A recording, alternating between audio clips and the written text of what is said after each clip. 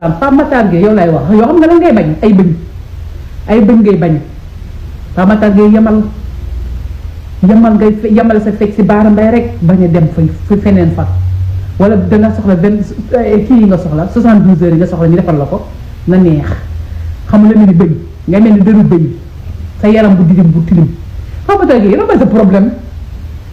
yow daa ku jug rek nga ne déedéet ku jóg nga ne góor jigéen yow góor jigéen di bëri nañ di bàyyi yow doo jaawale jigéen ñi sax teg leen góor jigéen yow Pape Matar Gueye mënoo réglé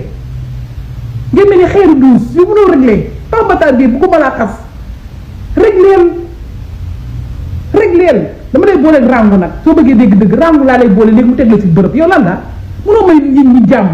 yow Sénégal kontaan ngay bañ yow Sénégal soo sañoon nit ñi dañuy mer nga bañ a génn mais suñu amee si jàmm rek Pape Matar Gueye génn bi sa ñaar ak bañ a ñu bëri yow duul Pape Matar Gueye bu ko ma laa wax lu metti 72 heures dina mel ni kaani si yow. salaam sama mbokku patriote si la nekk j'espère tout le monde va bien alhamdulilah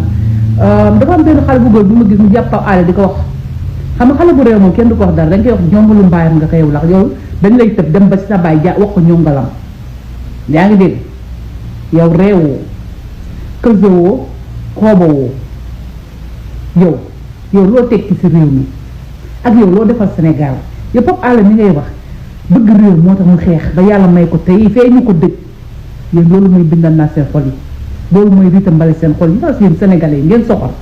yow nga ne yow journaliste li ngay woote yow nga ne espèce de journaliste nga Pape Alé fee ñu ko dëj da nga war a kontaan yow parce que yow sa sag la sagaru nit ki maam de kuti mbow bi ngay mel ni ku jóge parc an xaj indi sil kason bi nga doon doomu yëgal